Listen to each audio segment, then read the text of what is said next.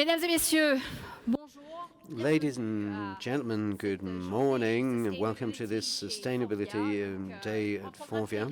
A very packed agenda since yesterday. This morning we had a plenary session, lectures, mini conferences, and we continue this second half of the day asking ourselves the following question: how to combine business and the sustainability challenges, how to match the growth and profitability objectives with a new regulatory framework.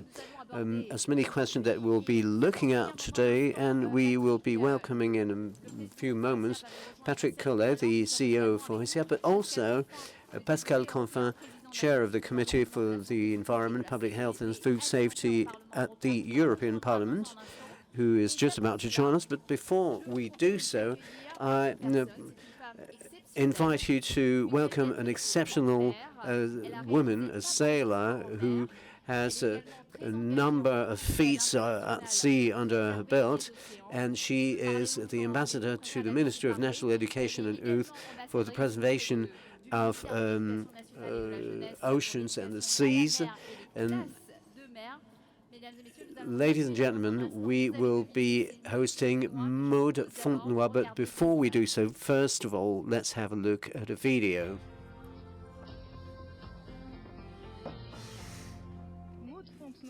Maude Fontenoy is at sea.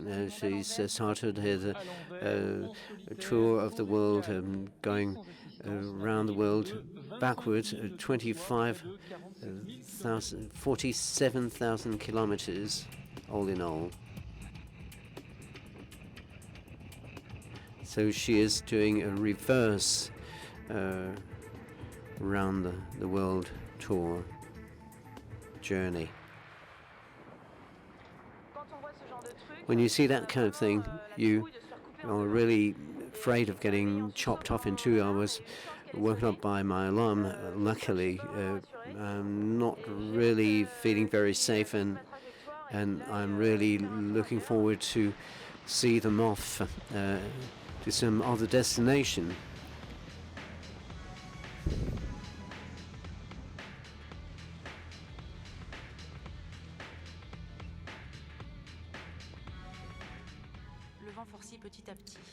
So L'Oréal, the boat is gathering speed. Have downside the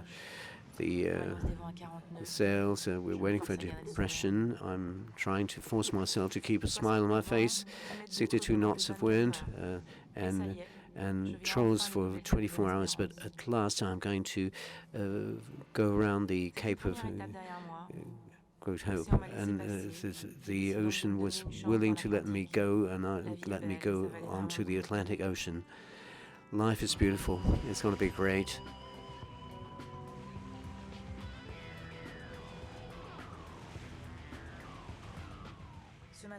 This morning, the sky has never been so somber. I look at the weather forecast. It looks very bad.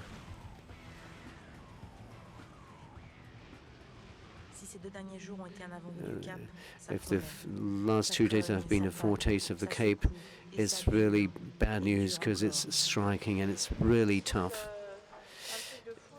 It's absolutely crazy outside, and I'm not reassured at all.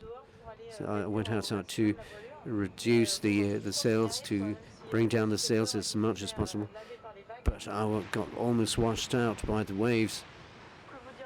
What else can I say? Time is quite long, and there's still 5 hours to go. I'm really suffering a lot. Sailor Maude Fontenoy has just passed the Cape Horn. A great performance.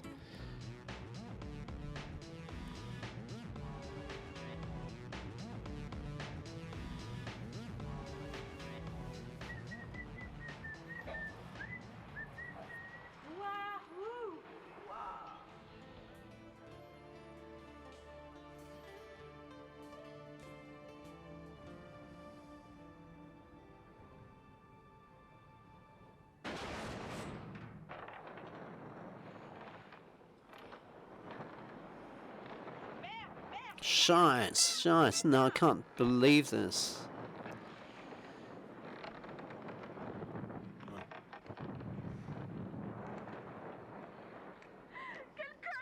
Oh, what a drag.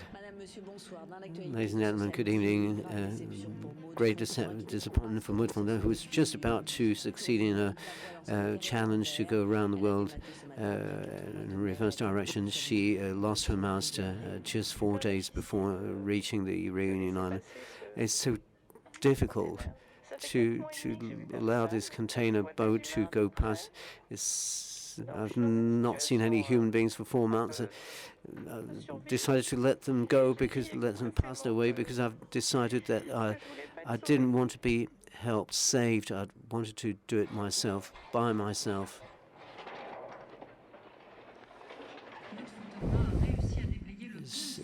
So Maud managed to get rid of the mast after 10 hours of hard work. She's just exhausted.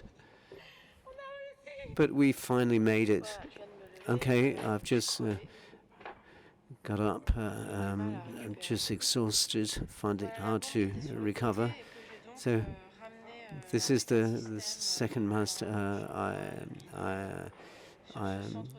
had the spare mast, so I've after hours and hours of work, I've finally made it. I'm just over the moon. I'm happy. It's so great. I'm so happy because soon it will be our destination.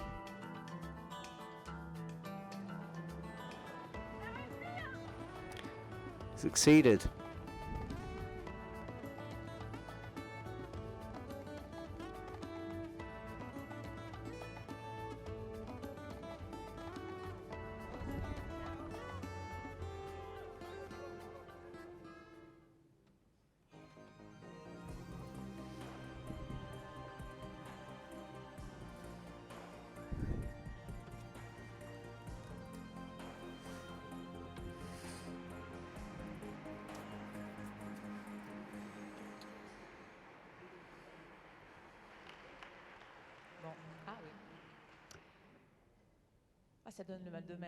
So I'm kind of seasick. Good morning to all of you. I'm really happy to be with you today for many, many reasons. Thank you to Patrick for your welcome, your warm welcome, and all of you. The commitment of companies, businesses for sustainable mobility will certainly be one of the major challenges to take up in the future, and one of the keys to head for a future that we're all hoping will be good for us. It's true that it's not every day that you have everything to film adventures. I did it for the kids in hospitals and schools who were following me, who wanted me to tell them the story of my journey. So it was quite an adventure. It's true, when I left at sea, going in reverse direction, for me it was a very tough challenge, but something that never been done by any women. I chose to take this small boat, 6 meters long, without anything, to start with just my own hands and brains, and cross the biggest ocean on my own, the Pacific and Atlantic.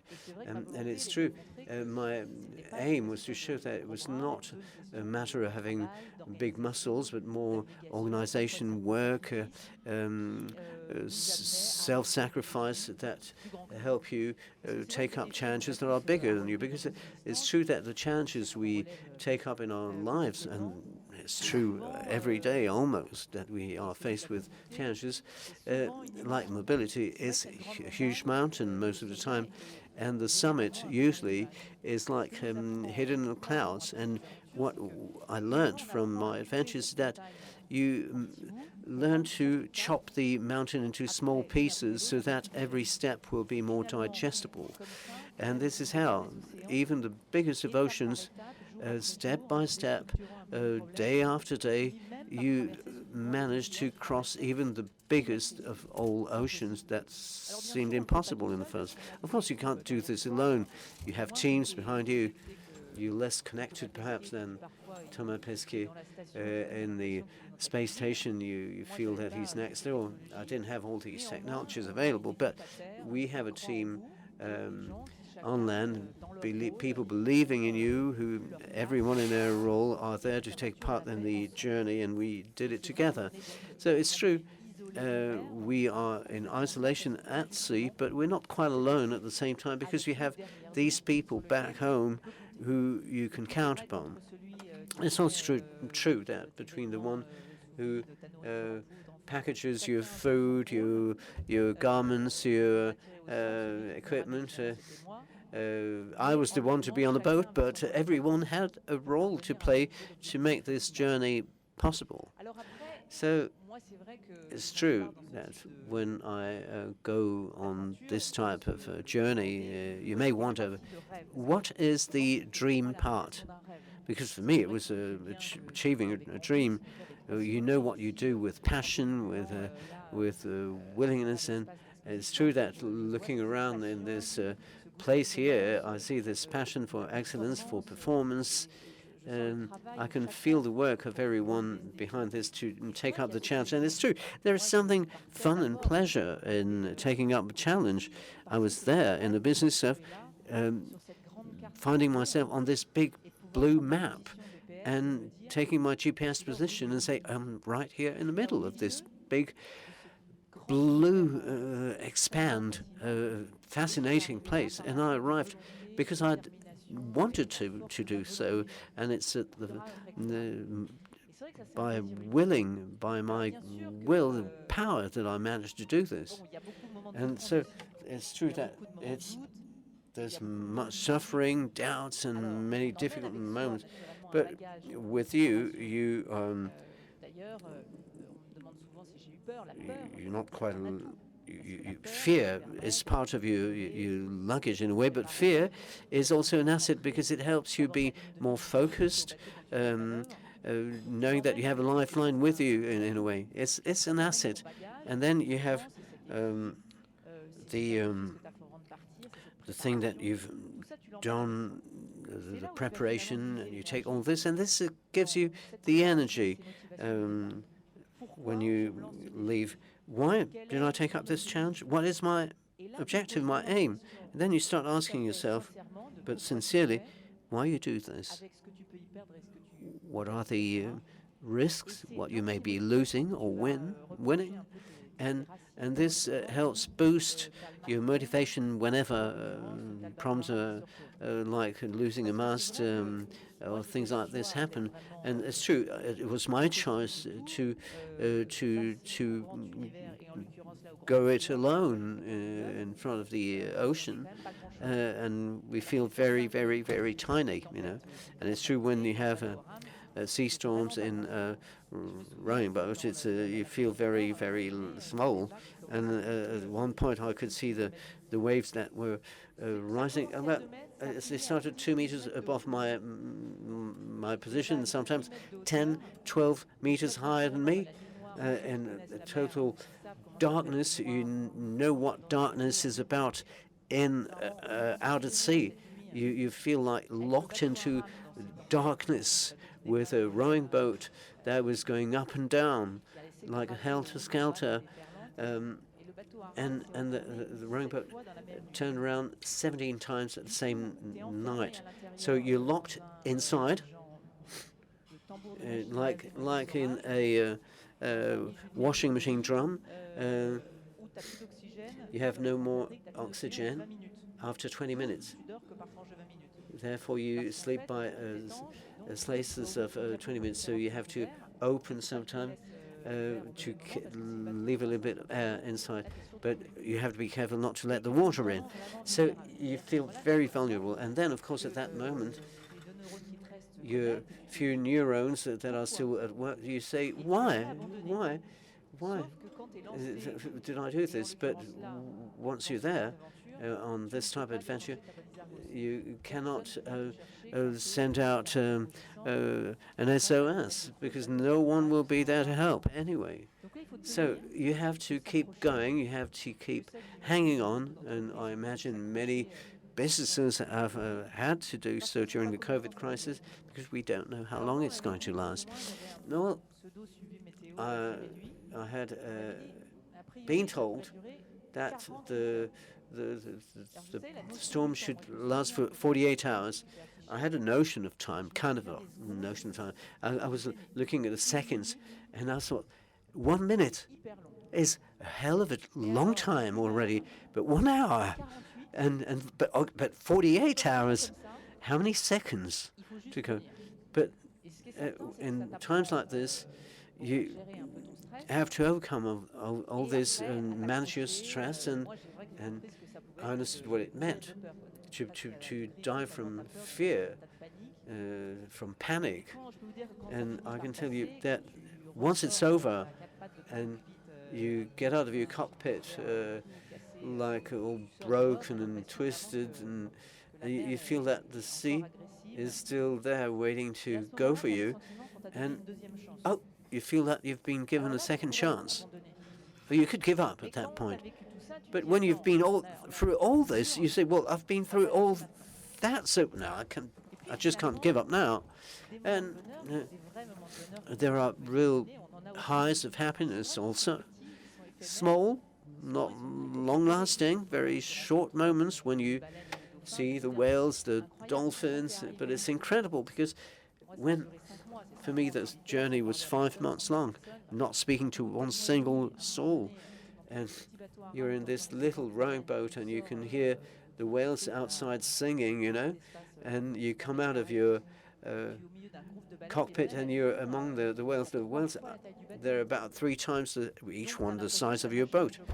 So it's like you've got the National Geographic doing something for you, and then the whale is. It's like they're following their tracks. They're on rails, and you wonder, I'm a bit vulnerable because I'm right in the middle of their way. So if it ever happens to you, not by the metro station, but I started to no way you can scare them because they follow. They're on track and they follow their track. So. I thought it was paradise, but it was turning to hell. So I started to clear out everything, and sometimes there are moments when you want to stop time, and I can tell you, these huge masses that come towards you, and they plunge under the boat, and I'm shaking, and under the boat, and you feel that time has stopped. Hopefully, it will come out further away. And it turns out that it comes out and looks at you in a way. And it's only because you've decided to accept this challenge that you're given to experience these moments. And I really am happy to share this with you today because I know that, in a way, this is what maybe gives us our passions. My passion, for instance, is to protect the oceans. And it's through all the misadventures, the masts broken, and you've already you're exhausted. You've got no fresh food left, just powder food. My desalinator broke down. I had to drink my urine, and then I mean everything happens, and you find the boost, the energy to think, okay, I'm not send an SOS. I'll see how we can go through the night. So I put my dinghy in water just in case, but never leave the boat before it sinks, because it's always safer in the boat, on the boat, than in the dinghy. So the mast that broke down and fell on the helmsman's seat, and I'm in really bad trouble. So I'm looking at my dinghy. What should I put in the dinghy? So I'm thinking about food, no GPS perhaps or something. And in the dinghy, what I did, I realized this every time in every one of my adventure, there are very personal things that make you succeed. I put the watch that Owen Jones offered to me, the head of L'Oréal, who thought I would be alone on Christmas night, and he had thought, well, or perhaps that I deserved a gift. So I was really moved that they had this attention for me, because when I went through the night and I had to find the energy to find a solution to get the mast back. I thought of this guy who said, well, it's obvious she's going to never give up. The little boy had told me, so I was not going to give up. And so I think when I took this big sailing boat, it belonged to a big sailor with a beard, of course, big guy. And when we went out to see how it worked, and the sailor, the big guy, shows me. And when we got back, the weather was still pretty tough, and it was hard to maneuver.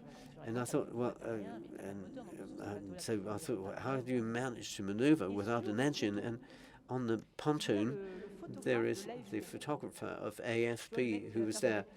He's going to make your reputation or destroy it. And on the pontoon,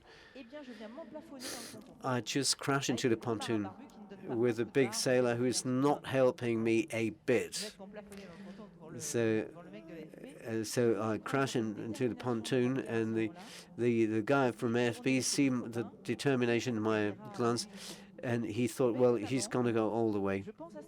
And when I lose my mast and I'm losing my energy, etc., I think, how can I find a solution? I have these moments that I remember. So all these are intimate things that motivate you, that boost you, that gives you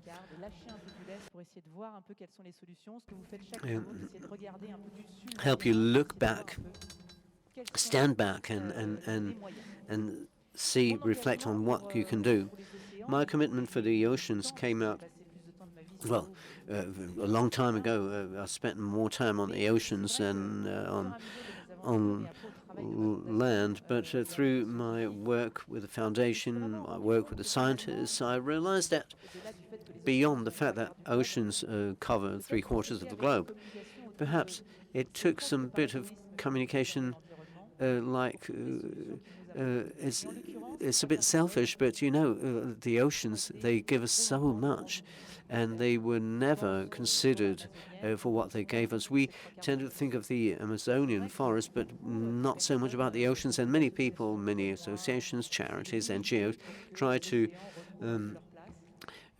advocate for the oceans. And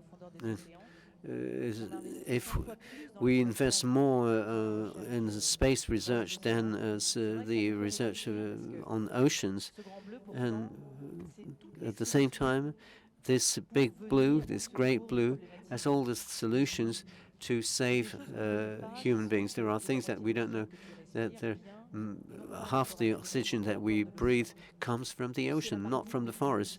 It's like there's lots of disorders in terms of fishing between the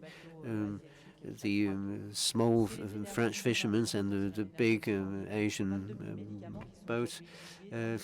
There are so many medicines that are coming from the sea. So medical research, the pacemaker that we owe to the whale.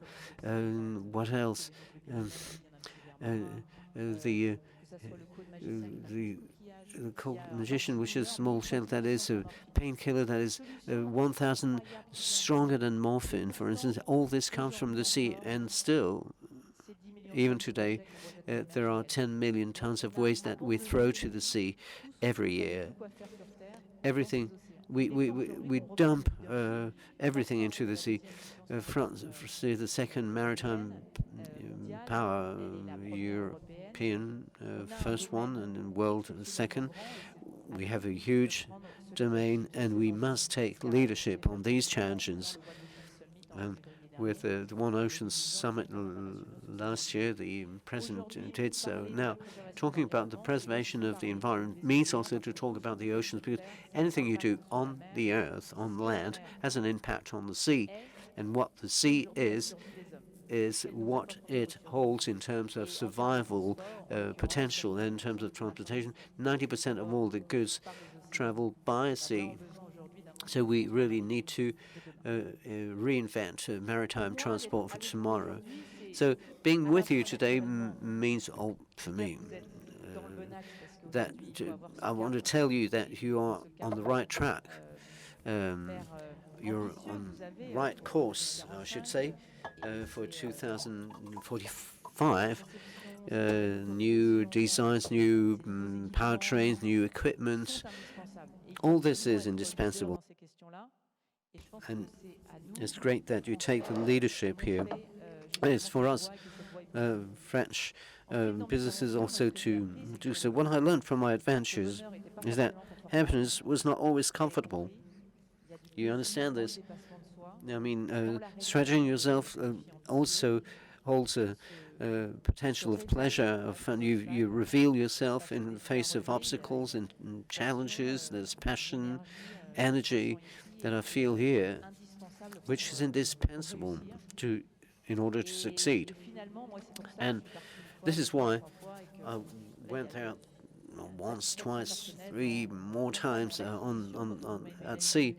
It's not to get a medal, but to achieve something and achieve it together with others, to do something bigger than ourselves. And to conclude, just as something that will perhaps speak to you, wherever there's a will, there's always a way, as the saying goes. Thank you. Thank you, Maud. Please stay with us. Patrick, please come and join us. Maud, it's not the first time that I listen to you, but every time, it gives me thrills. Well, I'll take you with me next time. Yeah, okay, with great pleasure. Patrick, come with us. Maud should be reimbursed by Social Security. After that, what is at stake as far as we're concerned? We've talked about ambition, we've talked about work, we've talked about courage, energy, and resilience, because this is what concerns us also, that resilience that is necessary to, go through bad weather. And I think it's extraordinary. This is what I was thinking in the morning when I wake up, and I think to myself, it's not easy in comparison with what you've done. It's ridiculous. So thank you very much for this testimony. That's very nice. But I like this approach of the colibri, of the small steps. To give you an idea, I would look at my GPS position every morning, so I would, draw a cross. And the next morning, I would look at it again, and I realized that I hadn't moved. And sometimes, the headquarters on Earth, on shore, they would tell me, well, do not complain. It's true that sometimes, I moved backwards. So you've got to go at it every day, even if, it seems impossible. Well, little cross after little cross, every day I would say, I don't know where we'll be tomorrow. But every evening, I thought, I've given my best, I've done my best today. We'll see, let's look at where we are. But the victory is every day, and victory after victory, you do something bigger than yourself. But there's only one Maud. Thank you, Maud. Please stay with us if you like. Thank you very much for this great testimony. Yeah, this climate change, this global warming that requires collective reaction with the citizens, companies, and we've got another guest with us. Let's welcome Pascal Canfin, European MP.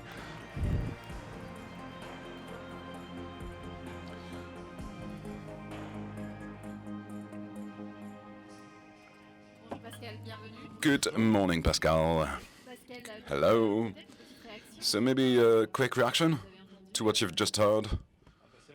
Well, yes, true that it should be reimbursed by Social Security. We are all smiling. It's extraordinary. I was lucky enough to work with Isabelle Tissier, who's done other performances, and now with Catherine Chabot, who you know also, who's going to go on the with Ellen MacArthur on the Rum race. So I don't know whether, because there are women, maybe it's not by accident. After having, experienced such extraordinary moments that only, longsome sailing allows, you draw lessons from that.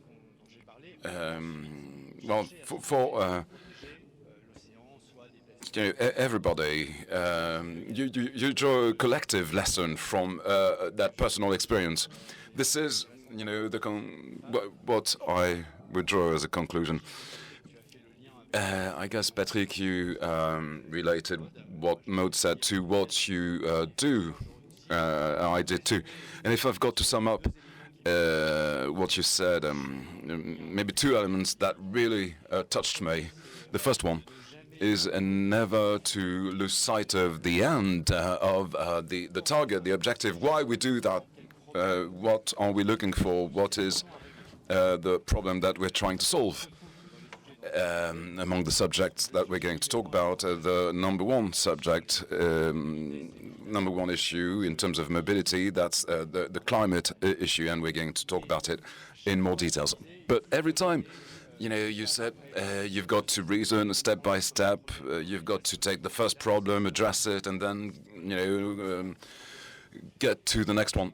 Otherwise, it's impossible. And it's exactly, the going back and forth that the politician has got to do. If you take only the first step, not thinking that it's the first step, then, you're not going to go all the way.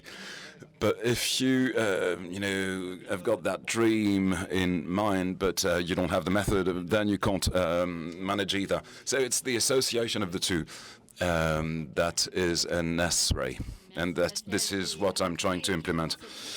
Well, after this breath of air, let's talk about the issue at stake. Let's talk concretely.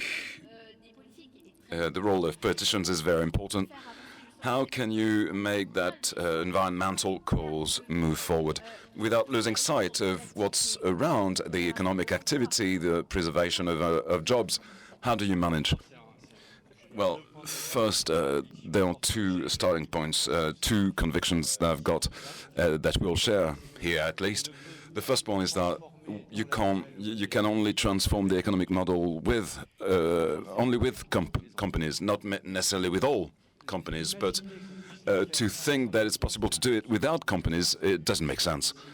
Because if I'm European MP, I set rules of the game. I can only set rules of the game. I'm not investing. It's not my money. I'm not an engineer. I'm not inventing any technologies. I'm not a financier. So you need a collective work. That's why, in the framework of my tenure, I launched the Alliance for the Green Recovery. And we've got relationships with more than 100 CEOs in Europe to be inspired to what is the best in the corporate world. So if they can do it, why can't it be the general rule? Because it's that innovation that is going to allow us to change emissions, to reduce emissions over time. at the right scale. And it's the multiplication of the innovations that is such that finally you reach your the sacred grail. That is to limit global warming to 1.5 degrees and invent an economy that is carbon neutral in one generation. It's an extraordinary challenge. It's much quicker than the previous industrial revolutions. 2050, that's a long way ahead, but no. You know, it's about investments that are being made today, and 30 years to change an economic model that is based on fossil energy. That's a revolution that is much quicker than the previous ones. It's a major challenge, and we can't succeed without companies. It's not feasible without them. And the second element, it is what I would sum up in one formula, that is to transform without fractioning. Everything we've said, what we're going to talk about the technologies, the changing the rules of the game, that's transformation. A very deep transformation for some economic players, for you, for competitors, for other stakeholders. It's a radical change in the economic model. If we do it by fractioning business from a social point of view, from a territorial point of view, by polarizing society, and there's been recent examples. You know, there can be theories of change that of polarization. I think it's the recipe for failure. The only way to succeed is to make sure we are not polarized, and we've got to find ways to reach consensus. And to put, we put all the issues on the table, and we've got to think collectively how we do things.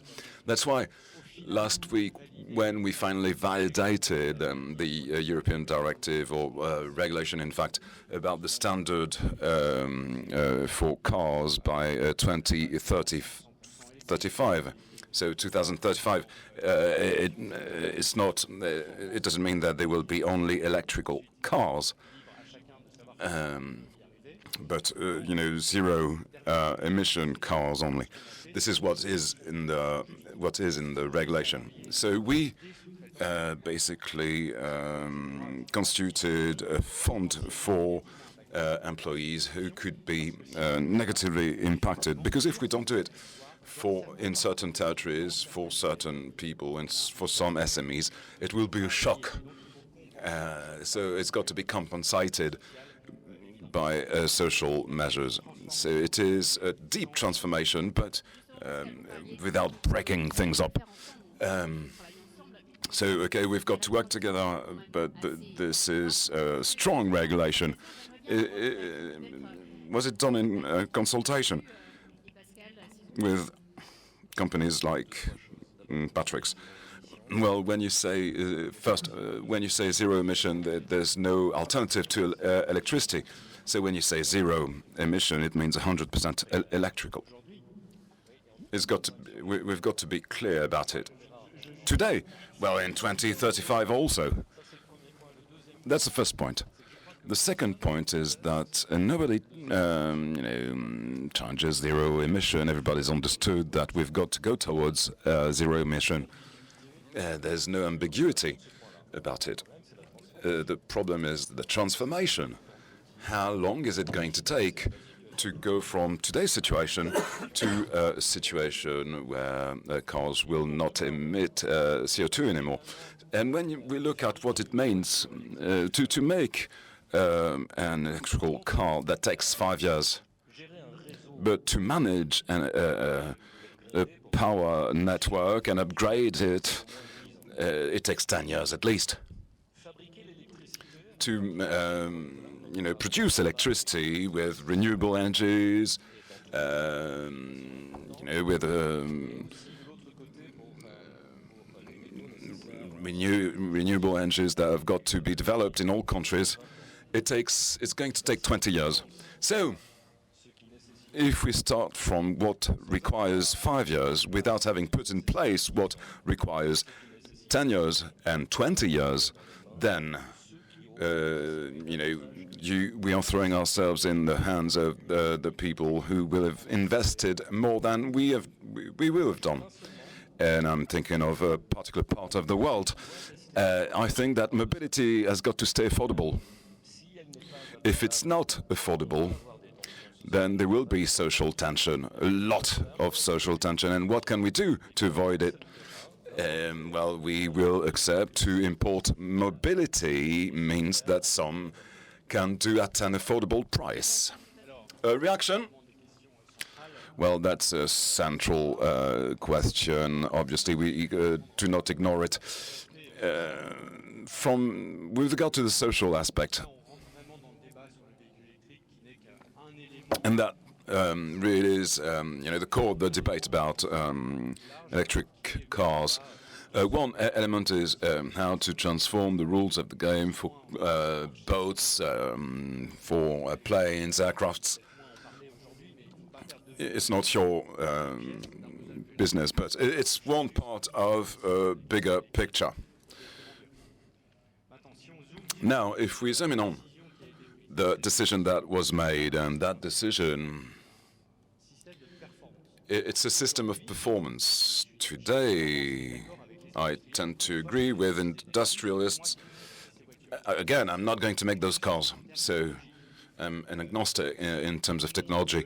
If the world of industry says, well, performance today, zero emission, that's batteries, well, then it will be batteries. Others say hydrogen, well, but some say that's only for ships, for lorries, but not for cars. It could be fuel, etc., etc. I'm very open-minded. The main vision, but maybe in 10 years' time it will be different, but the main vision is the one that you've just described. That is electric cars.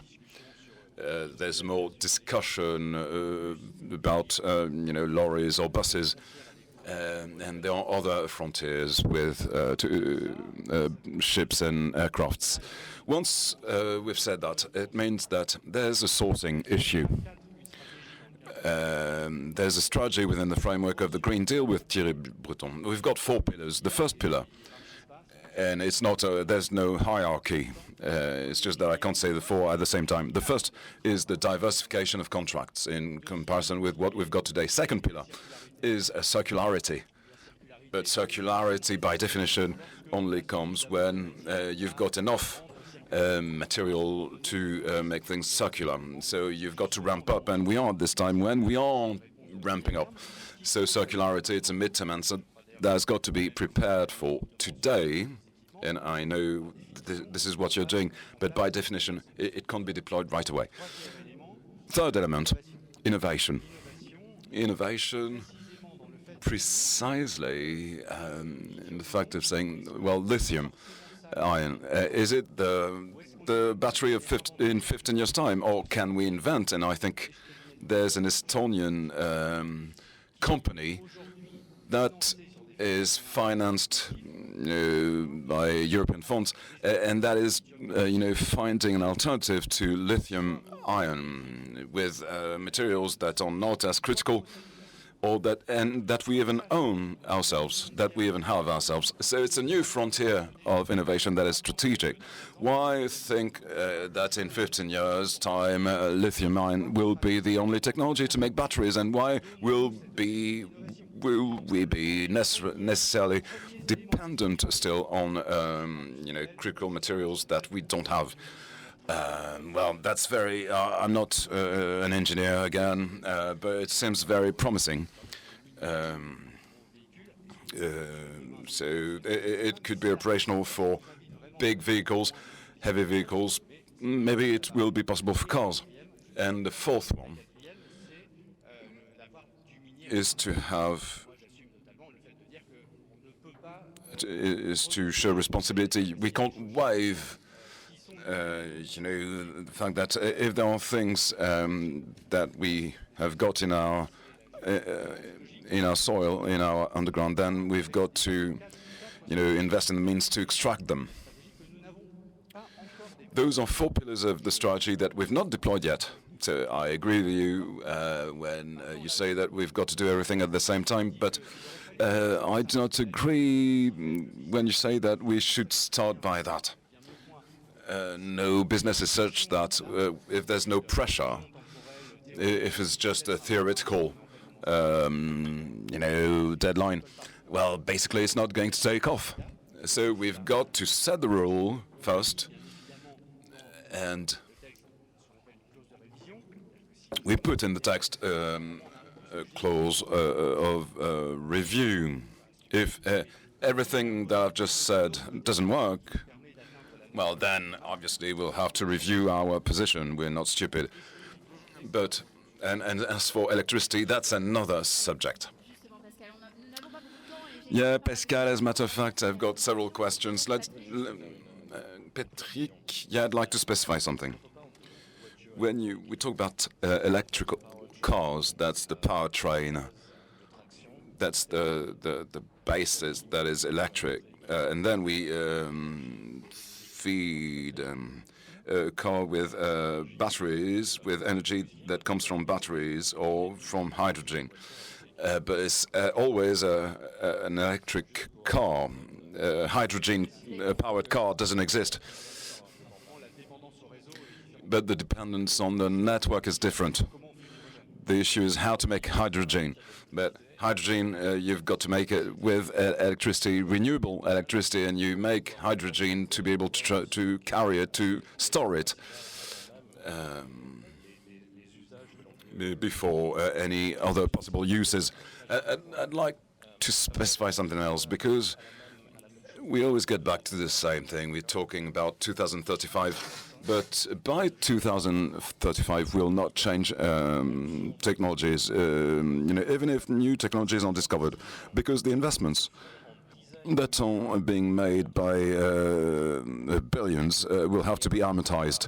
And we will not be able to change midway when we are making those investments to make sure that we'll be able to produce enough batteries for vehicles in the coming years. We'll not be able to do it simultaneously. So we'll have to take the time to amortize and then look at the technologies according to their maturity and their cost to be able to switch to something else. So it's going to take time. What you've got to understand, and the automotive industry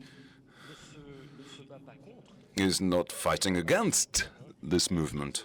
I don't believe so.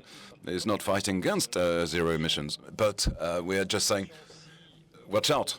If we make cars by millions and there's no recharging stations, well, it's going to happen. You're right.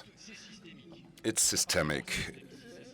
As it is systemic, it means that if you change part of the puzzle, then it's not going to, if you don't change the rest, it's not going to work. So we are going to issue another text about batteries. It will allow us to prioritize on the European market the imports of batteries when we don't produce them. That will have better environmental performance. I understand what you say. Once you've invested $10 billion or euros, you can't go in another direction. But I think it is, innovations will appear all over the place. It's true for cars, it's true for lorries and buses. And there will be interactions, but there are lock-in effects also. You've got to manage the two. Now, so there will be a regulation about batteries. We want to produce them in Europe. Thirdly, we were nowhere in terms of battery production. Now, thanks to giga and mega factoring that are being deployed, we should be by 2025 the second producer of batteries in the world after China. And I've even read articles about risks of overproduction. So What I mean is, it's like sailing. It's a hull. If you take one part away, it's going to go down. There's the AFIR regulation about charging stations. We are, drafting a regulation with economic models. The country that has developed the economic model, that's the Netherlands. Why couldn't we be able to do the same thing elsewhere in Europe? So we can do it. We could speak about it at length, but we've got only a few minutes left. I'd like to get back to the subject of the regulation that is very important for the industry. There are strong expectations. So 2 questions maybe for you, Patrick. Regulations may be a source of opportunities, and Pascal, how do you how do you support industrial players? Well, once again, the regulation is not homogeneous. It's a system that is complex, I agree, but means that we need to have regulations that are homogeneous according to the different bricks of the system. And there are times that can't be compressed that are different for the different bricks. So we've got to be able to adjust to this complex system to be able to be successful. In 30 seconds, I would like to talk about something that's always astonished me. If you look at China and its economic progress in the last 20 years, and the capacity that China has demonstrated to invest in an infrastructure by anticipation to be able to give its industry the possibility of developing as a plant is extraordinary, fantastic. I don't believe we can do something equivalent in Europe or in the US. Why? Because regulations are such that you force the link that is the easiest to change first without taking into account the necessary chronology. And I believe that it is a very important element and that we should consider more. Once again, I'm not talking about the long run. I'm talking about the term that has been set and that is very ambitious according to me. And I don't believe we'll manage. We have less than 2 minutes left, so perhaps I'll let you complete the overview. We don't want to leave out any elements of the equation out. Accessibility, well, that's why in France we have an offering coming up in terms of electrical cars, etc. And we are developing to have entry-range vehicles made in Europe. When Carlos Tavares says, I like margins better than volumes, it's the opposite of the right to mobility. It means that you have fewer cars but more expensive. So it's totally the opposite approach. But our political approach in France and Europe is to have a zero-emission entry-range electric car in Europe. But for this, we need to have partners to play the game. From a social point of view, we have the aspect of accessibility. A zero-emission car, electric car, is globally cheaper in use than and more expensive at the purchase. So this is the problem you need to iron out. And with some financial engineering, it will be possible, easier than going around the world, sailing whatever direction you go. And this we do with jointly with the energy producers, electricity, and the car manufacturers. But I've heard no regulator from the RTA, the electricity, or the European Association of Electricity, producers. RT has come up with its own scenario about carbon neutrality. They've integrated the electric car, and it works. Not easy, but so let's stop being afraid and, on the contrary, try and move forward and make this dream come true with zero emission mobility. It's a pity that Jean-Bernard Lévy is no longer with, because he would have told you how much time it takes in France to build a nuclear power plant. No, I'm sorry, but it has no connection whatsoever. Perhaps we'll stop here and continue the discussion more informally over lunch. And anyway, Pascal and Patrick, thank you for being with us, and thank you, Maud. And we'll be back in 1 hour from now to continue our discussions. Thank you. Bon,